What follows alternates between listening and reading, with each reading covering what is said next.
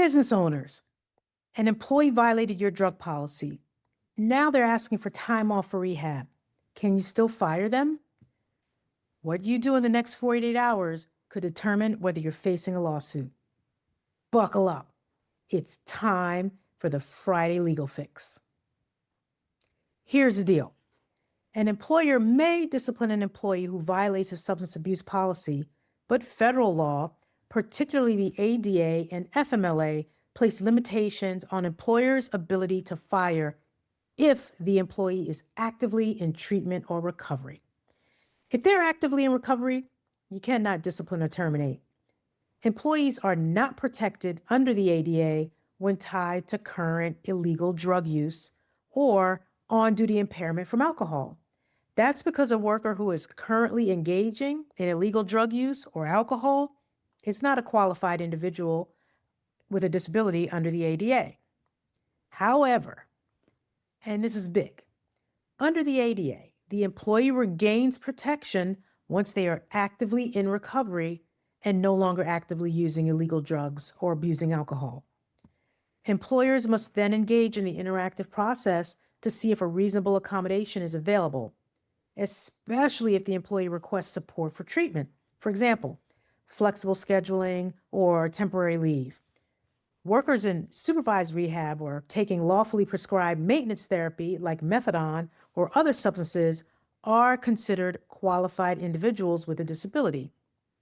Also, under the FMLA, an employee may take protected leave for substance abuse treatment prescribed by a healthcare provider. This protection does not extend to absences caused solely by the abuse of drugs or alcohol, or if they relapse outside of treatment. Employers can discipline for conduct violations that occur before or after the approved FMLA leave, provided the discipline is applied consistently. Here's some practical employer steps. Make sure to apply the drug and alcohol policy consistently for all employees. Distinguish between current illegal use, where discipline is allowed, and treatment or recovery, where protections will apply. If notified of treatment needs, engage in the interactive process before imposing discipline. Verify whether the employee is eligible for FMLA leave and designate it appropriately.